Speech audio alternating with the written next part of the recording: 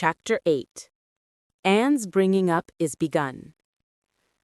For reasons best known to herself, Marilla did not tell Anne that she was to stay at Green Gables until the next afternoon. During the forenoon, she kept the child busy with various tasks and watched over her with a keen eye while she did them.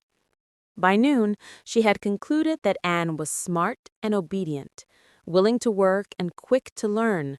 Her most serious shortcoming seemed to be a tendency to fall into daydreams in the middle of a task and forget all about it until such time as she was sharply recalled to earth by a reprimand or a catastrophe. When Anne had finished washing the dinner dishes, she suddenly confronted Marilla with the air and expression of one desperately determined to learn the worst. Her thin little body trembled from head to foot. Her face flushed, and her eyes dilated until they were almost black. She clasped her hands tightly and said in an imploring voice, "Oh, please, Miss Cuthbert, won't you tell me if you're going to send me away or not? I've tried to be patient all the morning, but I really feel that I cannot bear not knowing any longer. It's a dreadful feeling. Please tell me." "You haven't scalded the dishcloth in clean hot water as I told you to do," said Marilla immovably. "Just go and do it before you ask any more questions, Anne." Anne went and attended to the dishcloth. Then she returned to Marilla and fastened imploring eyes of the latter's face. "Well," said Marilla, unable to find any excuse for deferring her explanation longer, "I suppose I might as well tell you. Matthew and I have decided to keep you. That is, if you will try to be a good little girl and show yourself grateful." "Why, child, whatever's the matter?" "I'm crying," said Anne in a tone of bewilderment. "I can't think why. I'm glad as glad can be. Oh, glad doesn't seem the right word at all. I was glad about the white way and the cherry blossoms, but this... Oh, something more than glad. I'm so happy. I'll try to be so good. It will be uphill work, I expect, for Mrs. Thomas often told me I was desperately wicked. However, I'll do my very best. But can you tell me why I'm crying?" "I suppose it's because you're all excited and worked up," said Marilla disapprovingly. "Sit down on that chair and try to calm yourself. I'm afraid you both cry and laugh far too easily. Yes, you can stay here, and we will try to do right by you. You must go to school, but it's only a fortnight till vacation, so it isn't worthwhile for you to start before it opens again in September." "What am I to call you? Shall I always say Miss Cuthbert? Can I call you Aunt Marilla?" "No, you'll call me just plain Marilla. I'm not used to being called Miss Cuthbert, and it would make me nervous." "It sounds awfully disrespectful to just say Marilla," protested Anne. "I guess there'll be nothing disrespectful in it if you're careful to speak respectfully. Everybody, young and old, in Avonlea calls me Marilla, except the minister. He says Miss Cuthbert, when he thinks of it." "I'd love to call you Aunt Marilla," said Anne wistfully. "I've never had an aunt or any relation at all, not even a grandmother. It would make me feel as if I really belonged to you. Can't I call you Aunt Marilla?" "No, I'm not your aunt, and I don't believe in calling people names that don't belong to them." "But we could imagine you were my aunt." "I couldn't," said Marilla grimly. "Do you never imagine things different from what they really are?" asked Anne wide-eyed. "No." Oh, Miss Marilla, how much you miss." "I don't believe in imagining things different from what they really are," retorted Marilla. "When the Lord puts us in certain circumstances, He doesn't mean for us to imagine them away. And that reminds me. Go into the sitting room, Anne. Be sure your feet are clean and do not let any flies in. And bring me out the illustrated card that's on the mantelpiece. The Lord's Prayer is on it. And you'll devote your spare time this afternoon to learning it off by heart. There is to be no more of such praying as I heard last night." "I suppose I was very awkward," said Anne apologetically. "But then, you see, I'd never had any practice. You couldn't really expect a person to pray very well the first time she tried, could you? I thought out a splendid prayer after I went to bed, just as I promised you I would. It was nearly as long as a minister's, and so poetical. But would you believe it? I couldn't remember one word when I woke up this morning, and I'm afraid I'll never be able to think out another one as good. Somehow, things never are so good when they're thought out a second time. Have you noticed that? Here is something for you to notice, Anne. When I tell you to do a thing, I want you to obey me at once and not stand stock still and discourse about it. Just you go and do as I bid you." Anne promptly departed for the sitting room across the hall. She failed to return.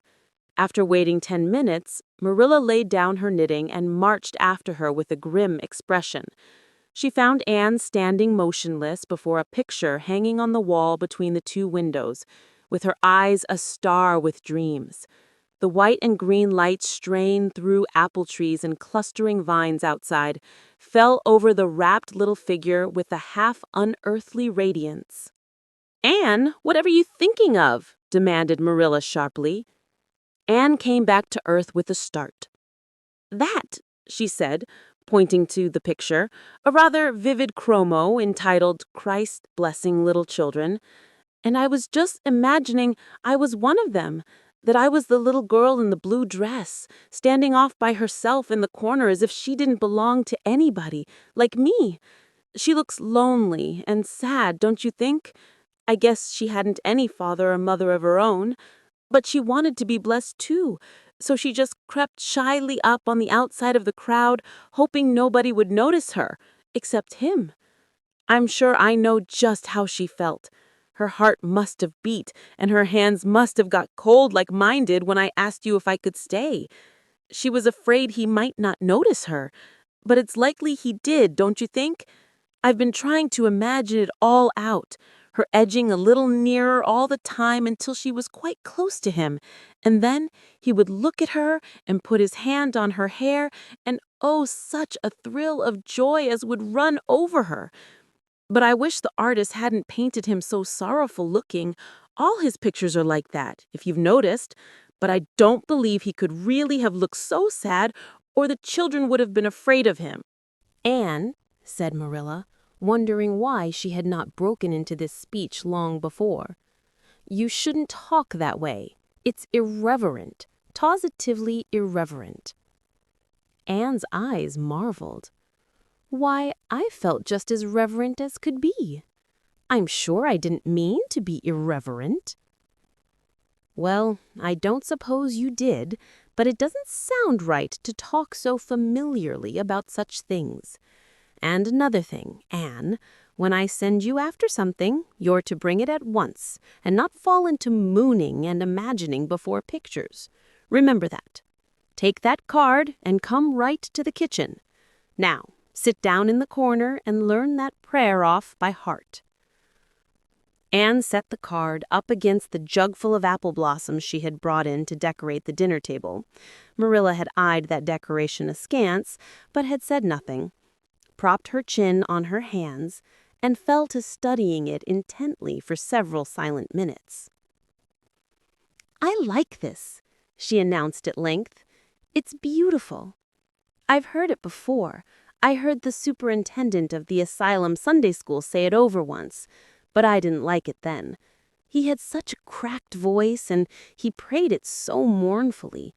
I really felt sure he thought praying was a disagreeable duty.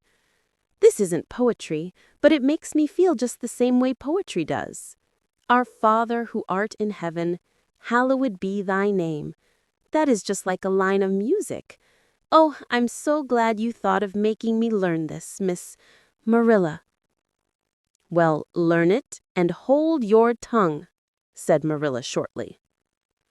Anne tipped the vase of apple blossoms near enough to bestow a soft kiss on a pink-cupped bud, and then studied diligently for some moments longer. "Marilla," she demanded presently, "do you think think that I shall ever have a bosom friend in Avonlea? A what kind of friend? A bosom friend, an intimate friend, a really kindred spirit to whom I can confide my inmost soul. I've dreamed of meeting her all my life. I never really supposed I would, but so many of my loveliest dreams have come true all at once that perhaps this one will too. Do you think it's possible? Diana Barry lives over at Orchard Slope, and she's about your age. She's a very nice little girl, and perhaps she will be a playmate for you when she comes home. She's visiting her aunt over at Carmody just now. You'll have to be careful how you behave yourself, though. Mrs. Barry is a very particular woman. She won't let Diana play with any little girl who isn't nice and good. Anne looked at Marilla through the apple blossoms, her eyes aglow with interest. What is Diana like? Her hair isn't red, is it? Oh, I hope not. It's bad enough to have red hair myself, but I positively couldn't endure it in a bosom friend. Diana is a very pretty little girl. She has black eyes and hair and rosy cheeks, and she is good and smart, which is better than being pretty. Marilla was as fond of morals as the Duchess in Wonderland, and was firmly convinced that one should be tacked on to every remark made to a child who was being brought up. But Anne waved the moral inconsequently aside and seized only on the delightful possibilities before it. Oh, I'm so glad she's pretty. Next to being beautiful oneself, and that's impossible in my case, it would be best to have a beautiful bosom friend. When I lived with Mrs. Thomas, she had a bookcase in her sitting room with glass doors. There weren't any books in it. Mrs. Thomas kept her best china and her preserves there, when she had any preserves to keep. One of the doors was broken. Mr. Thomas smashed it one night when he was slightly intoxicated.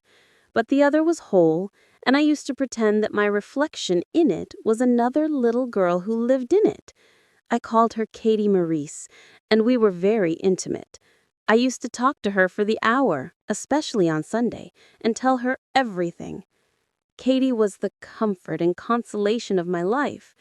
We used to pretend that the bookcase was enchanted, and that if I only knew the spell, I could open the door and step right into the room where Katie Maurice lived, instead of into Mrs. Thomas's shelves of preserves and china. And then Katie Maurice would have taken me by the hand and led me out into a wonderful place, all flowers and sunshine and fairies, and we would have lived there forever after. When I went to live with Mrs. Hammond, it just broke my heart to leave Katie Maurice. She felt it dreadfully, too. I know she did, for she was crying when she kissed me goodbye through the bookcase door. There was no bookcase at Mrs. Hammond's, but just up the river a little way from the house, there was a long green little valley, and the loveliest echo lived there. It echoed back every word you said, even if you didn't talk a bit loud. So I imagined that it was a little girl called Violetta, and we were great friends, and I loved her almost as well as I loved Katie Maurice. Not quite, but almost, you know. The night before I went to the asylum, I said goodbye to Violetta, and oh, her goodbye came back to me in such sad, sad tones. I had become so attached to her that I hadn't the heart to imagine a bosom friend at the asylum, even if there had been any scope for imagination there. I think it's just as well there wasn't, said Marilla dryly. I don't approve of such goings-on. You seem to half believe your own imaginations. It will be well for you to have a real-life friend to put such nonsense out of your head. But don't let Mrs. Barry hear you talking about your Katie Morrises and your Violettas, or she'll think you tell stories. Oh, I won't. I couldn't talk of them to everybody. Their memories are too sacred for that. But I thought I'd like to have you know about them. Oh, look, here's a big bee just tumbled out of an apple blossom. Just think what a lovely place to live, in an apple blossom. Fancy going to sleep in it when the wind was rocking it. If I wasn't a human girl, I think I'd like to be a bee and live among the flowers."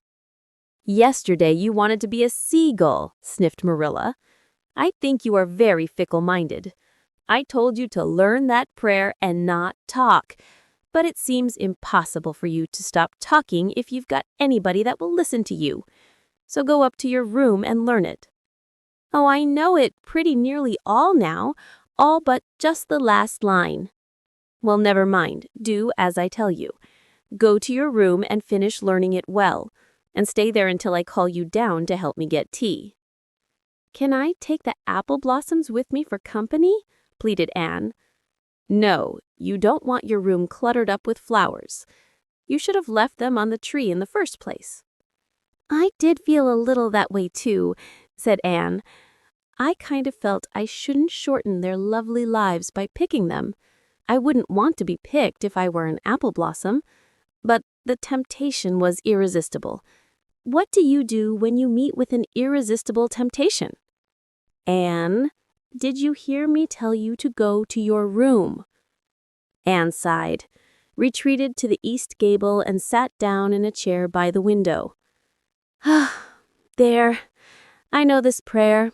I learned that last sentence coming upstairs. Now I'm going to imagine things into this room so that they'll always stay imagined. The floor is covered with a white velvet carpet with pink roses all over it, and there are pink silk curtains at the windows. The walls are hung with gold and silver brocade tapestry. The furniture is mahogany. I never saw any mahogany, but it does sound so luxurious. This is a couch all heaped with gorgeous silken cushions, pink and blue and crimson and gold, and I am reclining gracefully on it. I can see my reflection in that splendid big mirror hanging on the wall. I am tall and regal, clad in a gown of trailing white lace, with a pearl cross on my breast and pearls in my hair. My hair is of midnight darkness, and my skin is a clear ivory pallor. My name is the Lady Cordelia Fitzgerald. No, it isn't. I can't make that seem real." She danced up to the little looking-glass and peered into it. Her pointed, freckled face and solemn gray eyes peered back at her. "You're only Anne of Green Gables," she said earnestly. "And I see you, just as you are looking now, whenever I try to imagine I'm the Lady Cordelia. But it's a million times nicer to be Anne of Green Gables than Anne of Nowhere in particular, isn't it?" She bent forward, kissed her reflection affectionately, and betook herself to the open window. "Dear Snow Queen, good afternoon. And good afternoon, dear birches down in the hollow. And good afternoon, dear gray house up on the hill. I wonder if Diana is to be my bosom friend. I hope she will, and I shall love her very much. But I must never quite forget Katie Morris and Violetta. They would feel so hurt if I did, and I'd hate to hurt anybody's feelings, even a little bookcase girl or a little echo girl's. I must be careful to remember them and send them a kiss every day." Anne blew a couple of airy kisses from her fingertips past the cherry blossoms, and then, with her chin in her hands, drifted luxuriously out on a sea of daydreams.